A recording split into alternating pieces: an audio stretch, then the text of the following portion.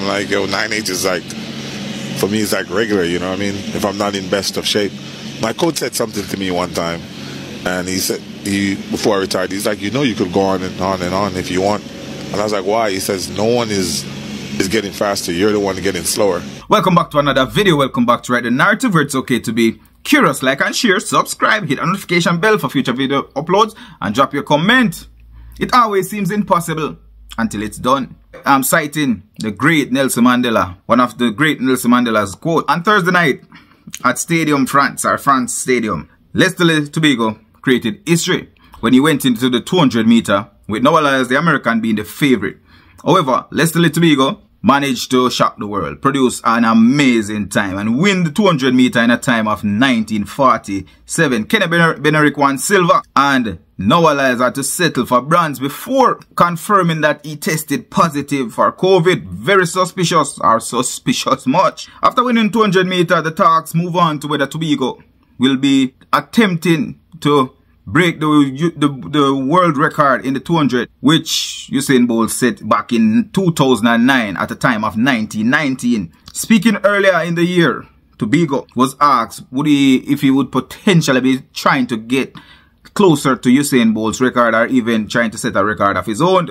He told Forbes Betting, we have a better chance in the 200 meters. So while they asked him, remember, Tebogo is the fastest teenager in history, running a time of 9.91 in the 100 meters. So when they asked him if he would be attempting to get one of those Usain Bolt records, he said that we have a better chance of getting the 200. And he said he believed that Usain Bolt himself confirmed that it would have been easier to get the 200 meter record than the 100 meter, and he concur. He agree with Usain Bolt. We have to start with other records though that come before the world record, like area record.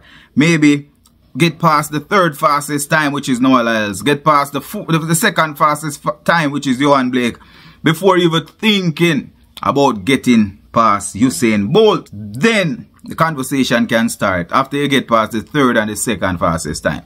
But he got pretty close. He got pretty close. But he went on to say that, like Nelson Mandela once said, it's always impossible until it's done. So the guy did not rule it out. It's impossible until it's done.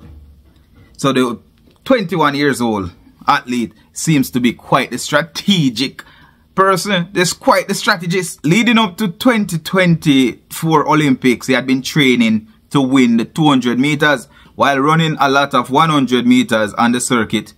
Hardly running the 200 meters, but then running 400 meters preparing for the 200. We have seen a lot of athletes. We have seen Shericka Jackson coming from 400 to 200 to 100. Fred Curley from 400 to 200 to 100. Now with Lestile being the fastest teenager in the 100 meters, still holding his own in the 100 meter at the senior level, making it to the finals at the Olympic, running a personal best and a national record. Seems like he's quite the strategist. Give him some time, he would be dominating that 200, seeing that he's now the Olympic champion in the 200 meters at age 21. But the time that he ran in that 4x4 relays for Botswana, getting that silver medal, it was the fastest time of all the relay splits, which shows that he's a competent relay. He's a competent 400 meter athlete. His split was 43.04. 43.0, yes, 3 or 4, somewhere there. Extremely fast split, which begs the question, could we see Lestile representing in the 400 meter in times to come? And what does that mean for the 100 meter record? Because it shows that the power from the 400 and the speed from the 100 helps you to become the best at 200. But seeing Fred Curley coming from 400 to 200 to 100 running 9.7, what does that mean for Lestile Tebogo going forward in the future? Interesting times. Usain Bolt had this to say. He hasn't seen the talent to break that 100 meter record yet. That's what he said, yet. But I'm sure that he's reconsidering at this point, seeing that athlete who was the fastest teenager of all time, faster than Usain Bolt as a teenager. Now, a Olympic gold medalist for the first time for his country, running the 200 meter in a time of 1946. It's no fluke. And with a lot still left in reserve, so he could run a proper leg, 2 legs actually, of 400 meters, getting the fastest leg, and his main event is the 100. That says a lot about Lestile's future. That says a lot about the future of sprinting in Botswana, and I like it. I think it's amazing. I want to hear from you guys. Drop your comments down below. Let me know what you think. Do you think that Lestile Tebogo at some point will be targeting that 200 meter? As he said before, it's impossible.